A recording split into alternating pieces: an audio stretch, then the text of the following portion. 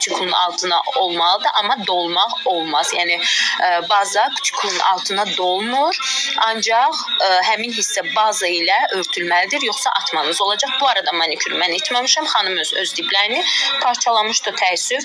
Qıza gel tipsimiz belədir. Bütün formalarda var. İstədiyiniz formalarda, yəni soruşursunuz, bəli var.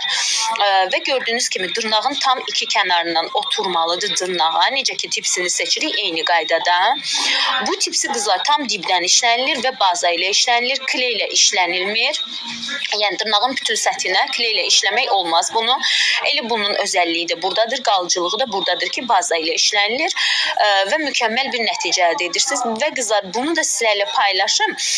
Gördüyünüz kimi həmin bu Gelvi tipsinin mat olan hissəsini frez aparatı ilə incələşdirirəm. Bunu isə niyə edirəm?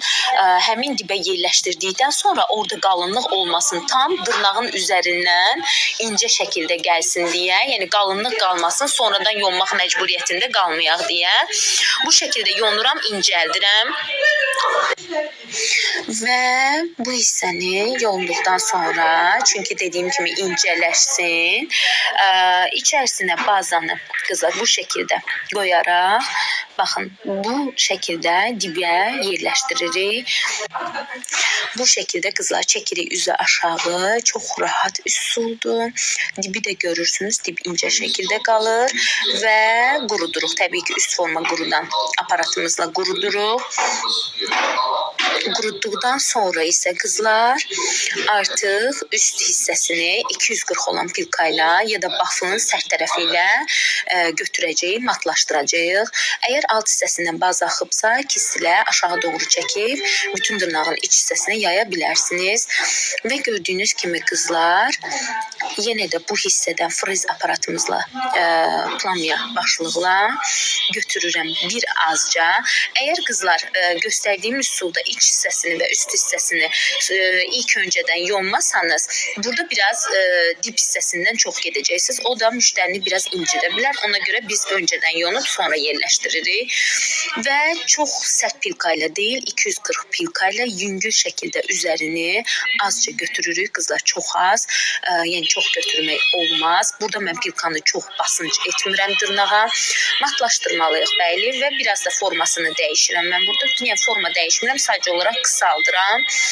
Və qızlar, spirtlə silirik. Təmiz. Spirtlə sildikdən sonra isə keçirik qızlar dizayn hissəmizə. Baxın, belə bir nəticə alındı. Heç bir şəkildə qırılması olmur. Küçüklə dibə itirik. Diblərin səliqəsini yəqin ki görürsünüz, heç bir hündürlük qalmadı.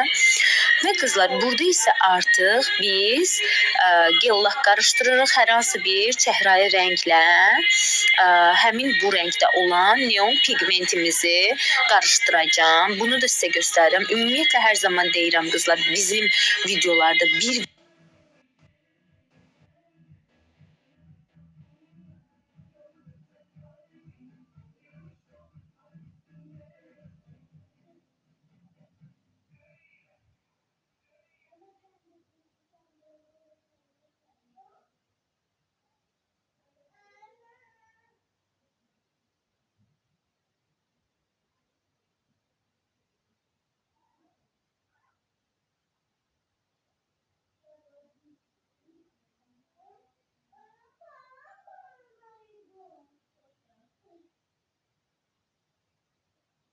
videoda bir neçə öyrədici videonu tapa bilərsiniz.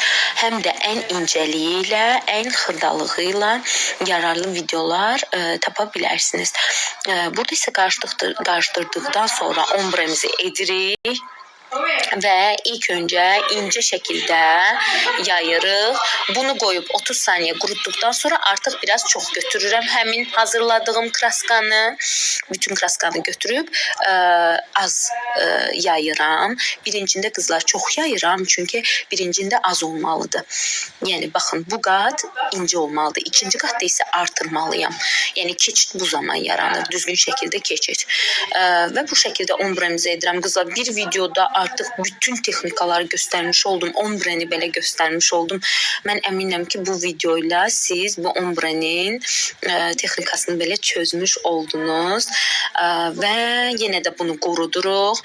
Belə bir French bazasından istifadə edirik və bu şəkildə çəkirik. Qızlar, gördüyünüz kimi dırnağın üzərinə, artıq bunun üzərinə gel qoymaq olmaz.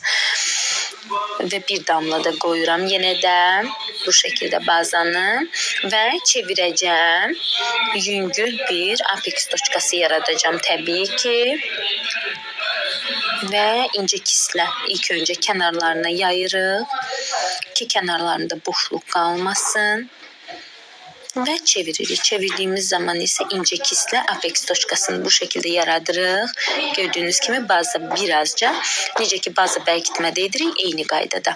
Amma qızlar, bunu da qeyd edim ki, aypara şəklində yarıdan qoyulan tipsi baza ilə işləmək olmaz. Təbii ki, üstdən soruşursunuz ki, Leyla xanım, bəs üstdən onu baza ilə işləmək olarmı? Xeyr, saxlamaz.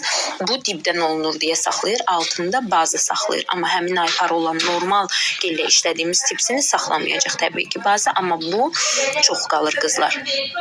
Ara bir bazadan istifadə edə bilərsiniz.